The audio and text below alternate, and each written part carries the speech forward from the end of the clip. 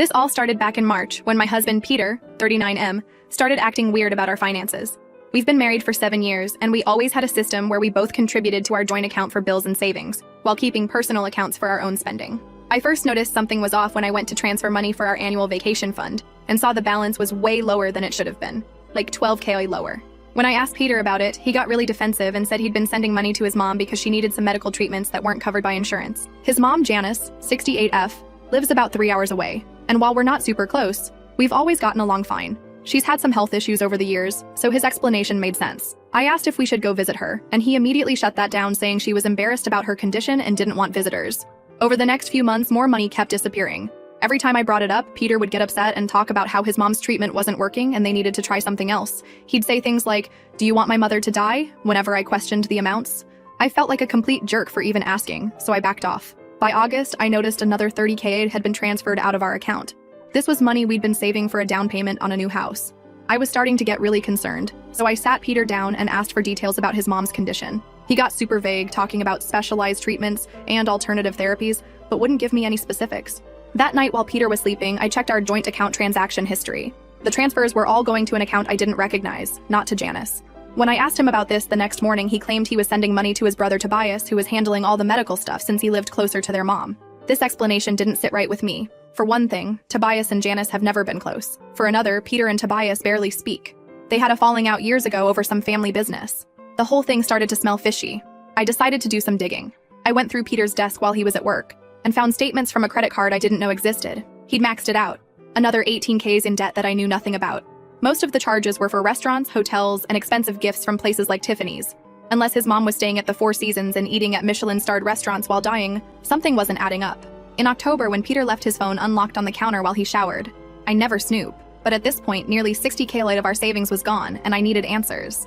I opened his messages and saw a conversation with someone saved as KP Work Project. Peter, transferred another 5K today. Will be in your account by tomorrow. KP Work Project? OMG. Thank you, baby. Can't wait to see you Friday. I've got something special planned. Peter. Can't wait. The stupid pig believes everything. Just cry about mom and she hands over money. KP Work Project. You're so smart, baby. It's why I love you. Your wife is such a doormat, LOL. There were photos too. KP Work Project was definitely not his mother. Unless his mother was a 22-year-old blonde named Kayla who liked sending lingerie pics. I scrolled through months of messages. They'd been seeing each other for almost a year. I found exchanges where they joked about me, planned vacations using our money, and even discussed how they'd be together once they'd drained enough from our accounts. There were messages about a condo they were looking at together. Our house money was going to fund their love nest. I wanted to confront him immediately, but I knew I needed to be smart about this. If I just accused him, he'd deny everything and possibly hide more money before I could stop him. So I decided on a different approach. I called his mother. We hadn't spoken in months, but she seemed happy to hear from me. I casually asked how she was feeling, and she said she was doing great, just back from a cruise with her friends. When I mentioned medical treatments, she had no idea what I was talking about. She hadn't been sick at all. That's when I came up with my plan.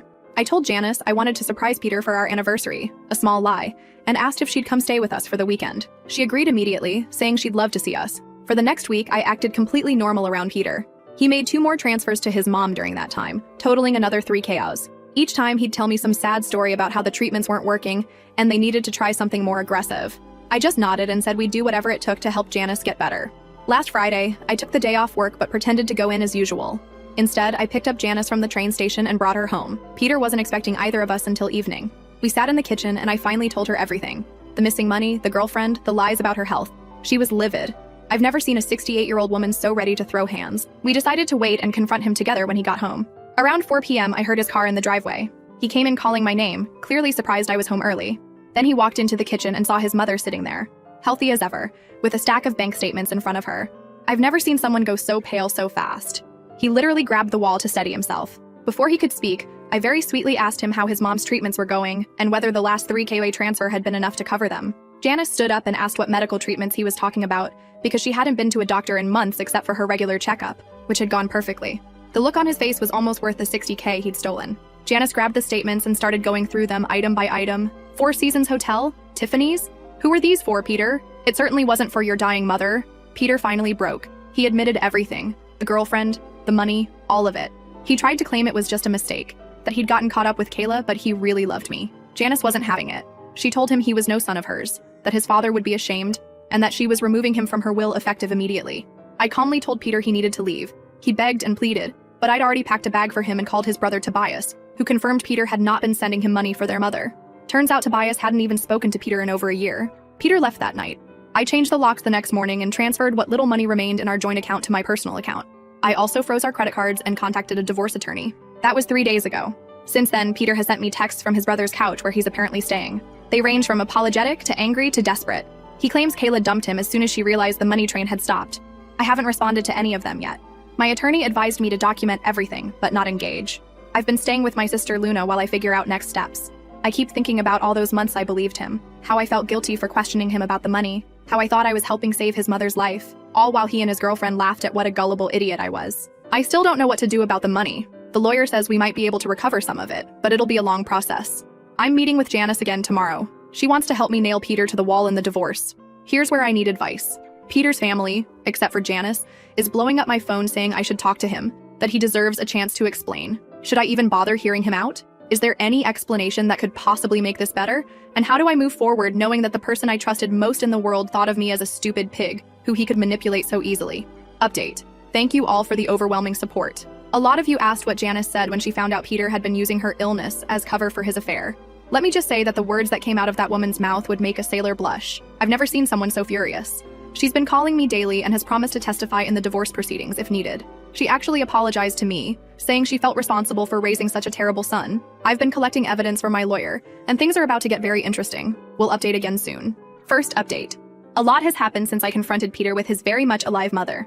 For those asking for an update on Janice, that woman is a force. The day after the confrontation, we met for lunch as planned. She brought a folder containing every birthday card, Christmas gift, and family photo of Peter she could find. She went through each one telling me stories about his childhood, then ceremoniously ripped them all in half. She said no son of hers would treat anyone this way, especially not his wife. Janice insisted on calling Peter's dad Ralph. They've been divorced for years but remain friendly. She put him on speakerphone right there in the restaurant and told him everything. Ralph was completely shocked. Unlike the rest of Peter's family, he didn't defend his son at all. Instead, he asked for my lawyer's information so he could provide any documentation needed for the divorce. That's when Janice dropped another bombshell. Apparently, Peter had asked his dad for money a few months ago, also claiming it was for Janice's medical bills. Ralph had sent him $15K that I knew nothing about. So that's another $15K on top of our $60K. The total keeps growing. While we were still at lunch, Peter called Janice repeatedly. She finally answered on speakerphone, and he immediately launched into this rehearsed-sounding apology about how he'd made a terrible mistake and wanted to make things right. Janice cut him off mid-sentence and told him she'd already changed her will, removing him entirely. Then she said something I'll never forget. I may not be sick now, but knowing what you've done has made me sick to my stomach. Don't contact me again until you've returned every penny to your wife. After lunch, I went back to Luna's place to find Peter sitting in the driveway. Somehow he'd figured out I was staying there. He tried to block my path, begging for 5 minutes to explain. I refused to engage and called Luna from the car. She came out and told him she'd call the police if he didn't leave immediately. He eventually left, but not before shouting that I was overreacting and destroying our marriage over one mistake. One mistake. Stealing 60K and carrying on a year-long affair is apparently just one mistake in Peter's book. The next day, I met with my divorce attorney Lisa, who advised me to file for an emergency financial restraining order to prevent Peter from hiding or transferring more assets. When we looked deeper into our finances, we found even more disturbing transactions. Peter had been systematically draining our accounts for longer than I realized. Small amounts at first, then larger sums as he got bolder. Lisa estimated the total closer to 85K when we factored in the credit card debt and other hidden transactions. Lisa also advised me to check my credit report. Good thing I did. Peter had opened 2 additional credit cards in my name that I knew nothing about. They were maxed out with charges to hotels, restaurants, and various online retailers. Lisa immediately helped me report the fraud and put a freeze on my credit. 3 days after our confrontation, I finally worked up the courage to go back to our house. Luna came with me for support. We found the place in complete disarray. Peter had clearly returned and ransacked it looking for who knows what. My jewelry box was empty. The deed to the house, which we keep in our home safe, was gone, along with several other important documents.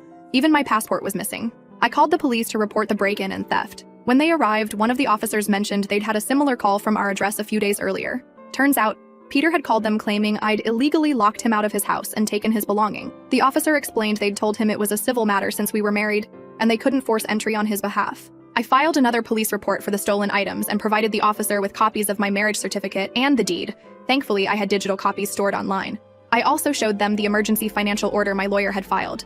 They took the information, but warned me that recovering the items might be difficult without proof that Peter specifically took them. While we were cleaning up the mess, Peter's sister Rosalind showed up unannounced. She started lecturing me about how marriage is for better or worse, and how I needed to forgive Peter because family comes first. I reminded her that Peter apparently didn't think family came first when he was stealing from me and mocking me to his girlfriend. I also mentioned that he'd used his mother's fake illness to steal from his father too. That shut her up pretty quickly. She left after saying she was just trying to help, but not before warning me that Peter was in a bad place and I should be careful about pushing him too far.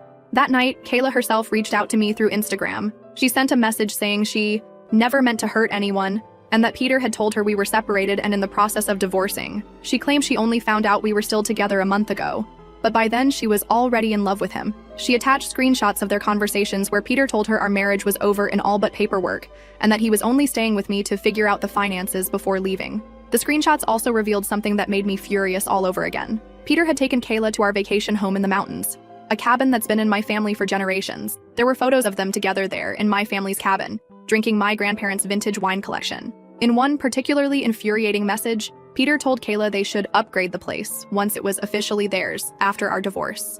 I didn't respond to Kayla directly. Instead, I forwarded everything to my lawyer, who said the evidence was helpful but advised against further contact with her. Lisa explained that Kayla might be reaching out now to protect herself, fearing I might sue her for alienation of affection. Apparently that's still a thing in our state. The next morning, I drove to the cabin with Luna to check on it. The place was a mess.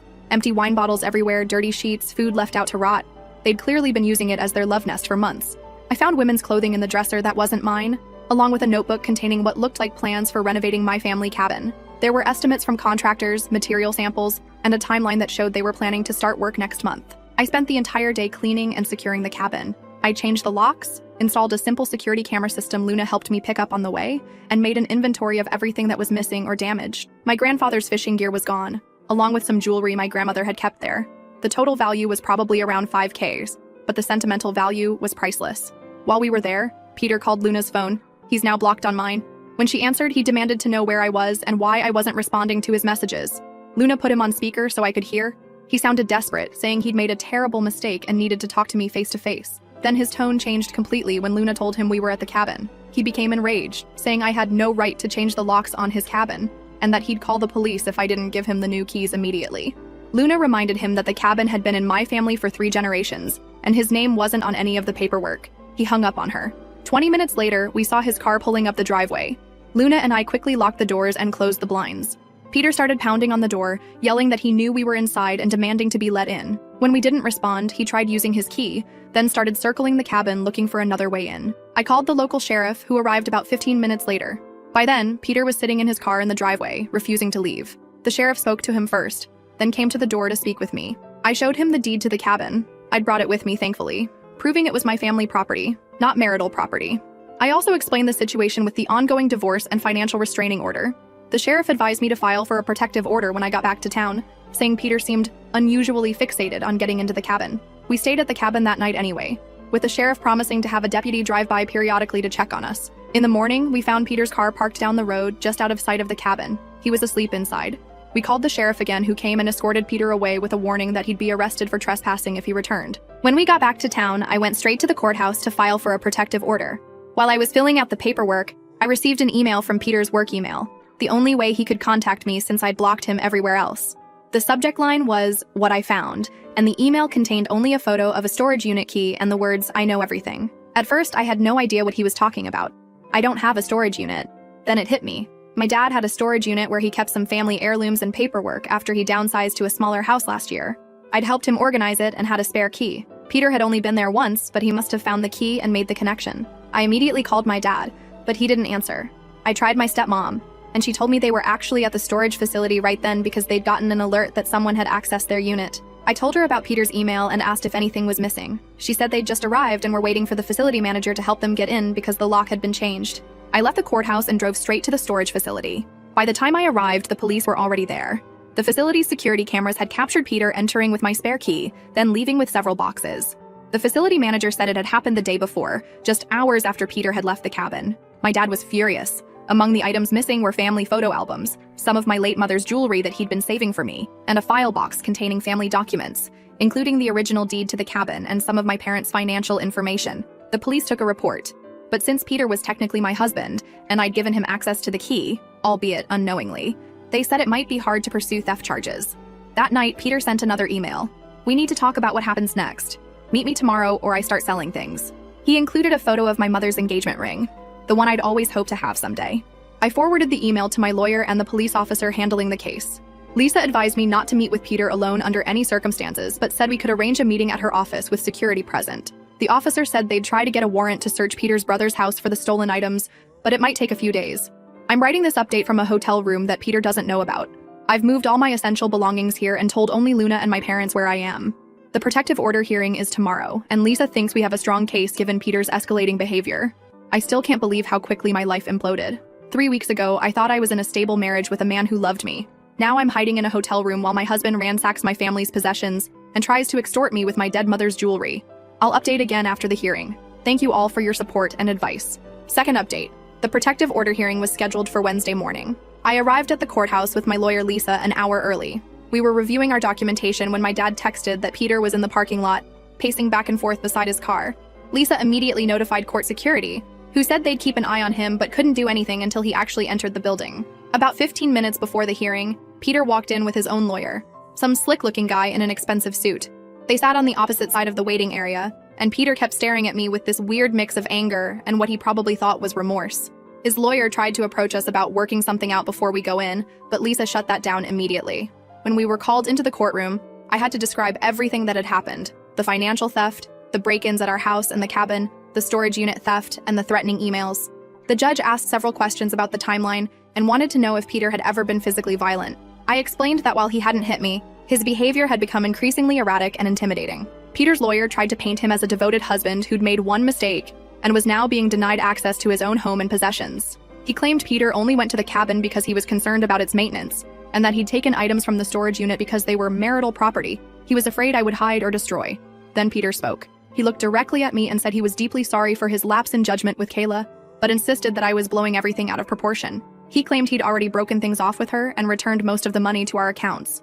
The whole time he was talking, I kept thinking about those texts where he called me a stupid pig. When it was my turn to respond, I pulled out my phone and showed the judge the screenshots of Peter's messages to Kayla about me. I also presented bank statements showing that no money had been returned, contrary to what he just claimed under oath. After hearing both sides, the judge granted the temporary protective order for 90 days. Peter is not allowed to contact me except through our lawyers and must stay at least 100 yards away from me, my workplace, Luna's house, and my parents' home. The judge also ordered Peter to return all stolen items within 48 hours.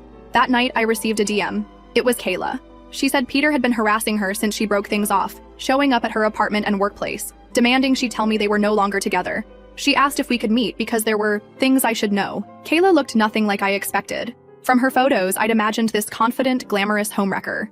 In person, she seemed young, nervous, and completely out of her depth. She started by apologizing, claiming again that Peter had told her we were separated.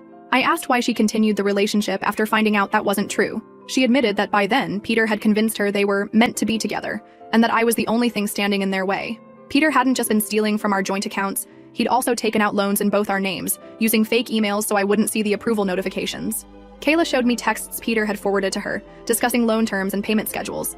Based on what she showed me, there's at least another $40K in debt I knew nothing about. Kayla also revealed that our plan to buy a house wasn't just talk. Peter had actually put down a deposit on a condo using our savings, telling the real estate agent that his wife, me, would be signing the paperwork later.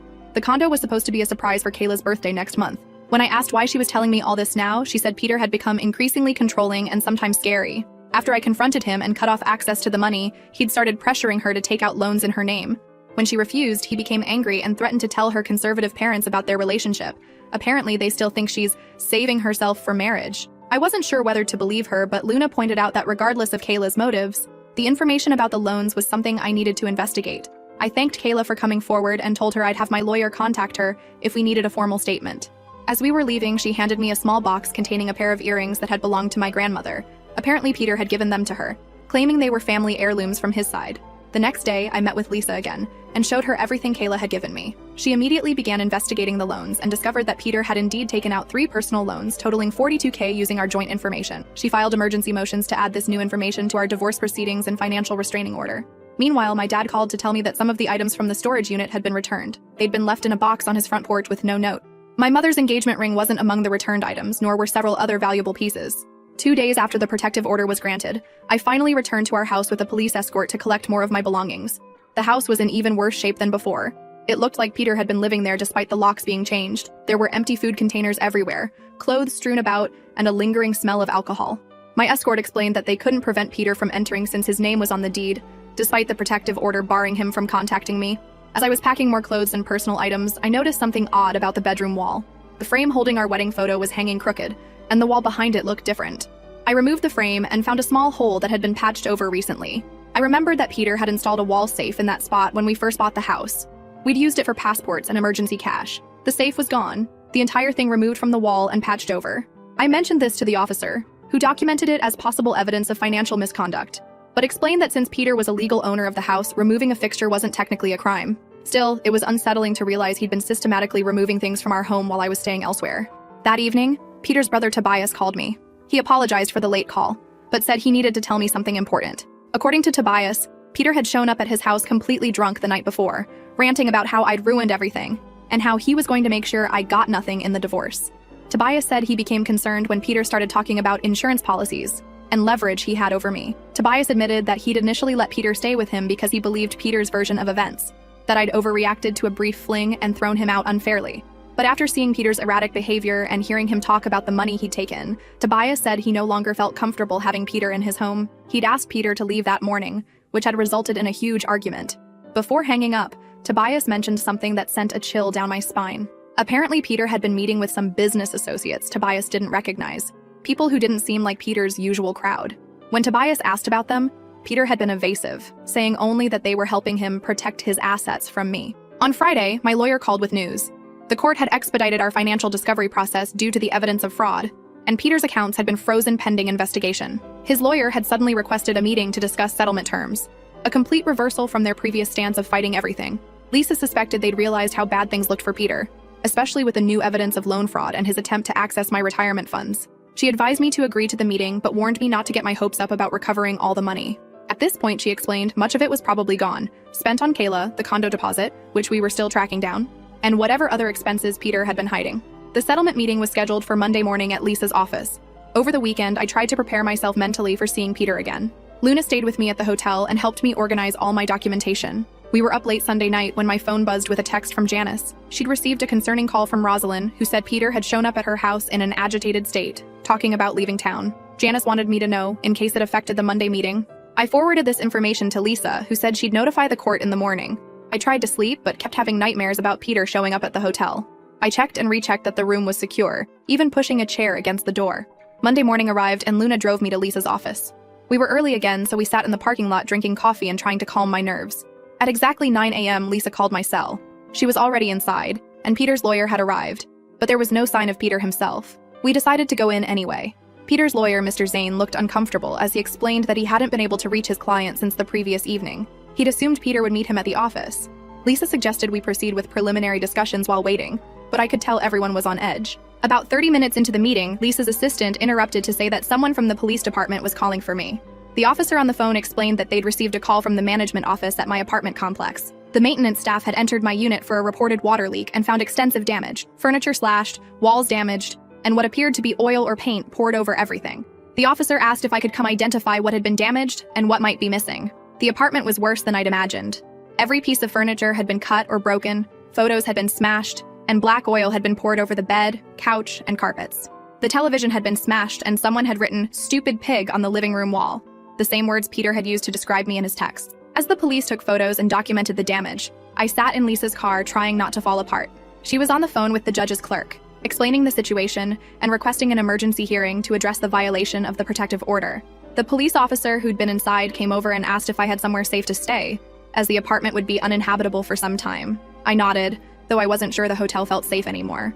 I'm writing this update from yet another hotel, this one with better security and under a different name. The police still haven't located Peter, and I'm terrified about what he might do next. Lisa is pushing for an expedited divorce hearing based on the extreme circumstances, but the legal process is still moving slower than I'd like. The most frustrating part is knowing that even when this is all over, I may never recover the money he stole or the family heirlooms he took. The life I thought I had, the future I was saving for, has been dismantled by the person I trusted most. And for what? For a younger woman who dumped him as soon as the money stopped flowing? For a few months of living beyond his means? I'll update again when there are new developments. For now, I'm just trying to stay safe and figure out how to rebuild from the ashes of the life Peter burned down. Last update. It's been almost 2 months since my last update. I've started writing this post at least a dozen times, but something new would always happen that changed the situation. I think I can finally share the complete story now. After the apartment destruction and Peter's disappearance, there was a statewide alert put out for him. The police were taking the protective order violation seriously. For almost a week, there was no sign of him. I stayed in my secure hotel, barely sleeping, jumping at every noise.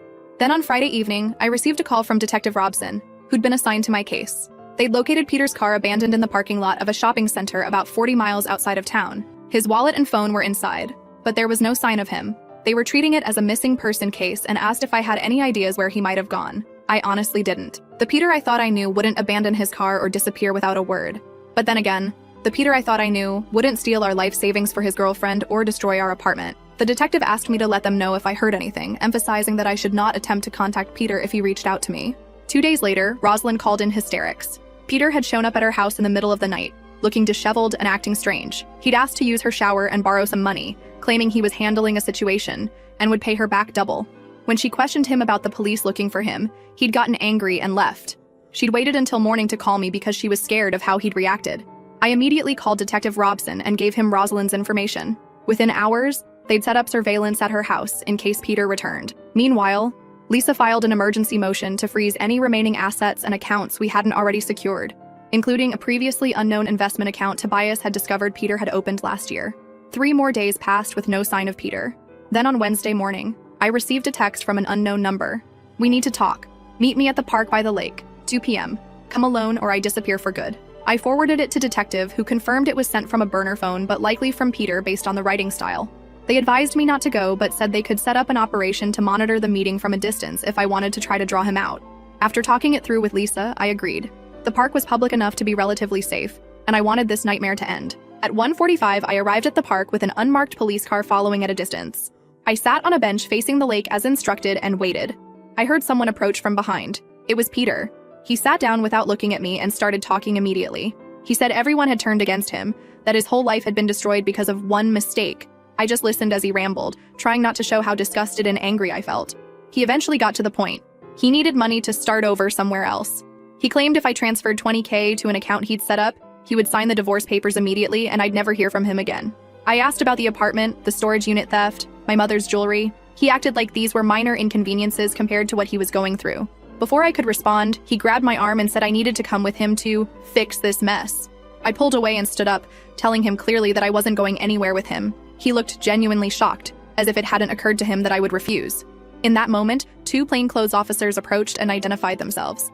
Peter looked at me with pure hatred before turning and running toward the parking lot. He didn't get far. They caught him within seconds and placed him in handcuffs while reading him his rights. That night, Detective called to inform me that Peter was in custody for violating the protective order and would be held pending a bail hearing. They'd searched his backpack and found several disturbing items. A list of addresses, including my hotel. I still don't know how he found it. Printouts of my bank statements and a small box containing my mother's engagement ring. The bail hearing was set for Friday morning. I attended with Lisa, sitting as far from the proceedings as possible. The prosecutor presented evidence of the protective order violation, the apartment destruction, and the threatening behavior. Peter's court-appointed attorney argued for release, claiming Peter was going through an emotional crisis due to the divorce and just wanted to resolve things with his wife. The judge denied bail, citing the risk Peter posed based on his recent actions. He would remain in custody until trial, which could be months away. The judge's ruling came quickly and decisively. He granted the divorce on grounds of fraud and adultery, awarded me the house and cabin outright, and ordered Peter to repay all the stolen money plus my legal fees. He also addressed the criminal charges Peter was facing for the protective order violation, apartment destruction, and financial fraud, noting that these would be handled in separate proceedings. As we left the courtroom, Lisa warned me that while the judgment was in my favor, actually recovering the money would be challenging. Peter had spent most of it already, and his financial situation was dire with his job loss and mounting legal troubles. She suggested we file liens against any future earnings or assets, but prepared me for the possibility that I might never see the full amount. A week after the hearing, I received a call from Ralph, Peter's father. He asked to meet with me privately.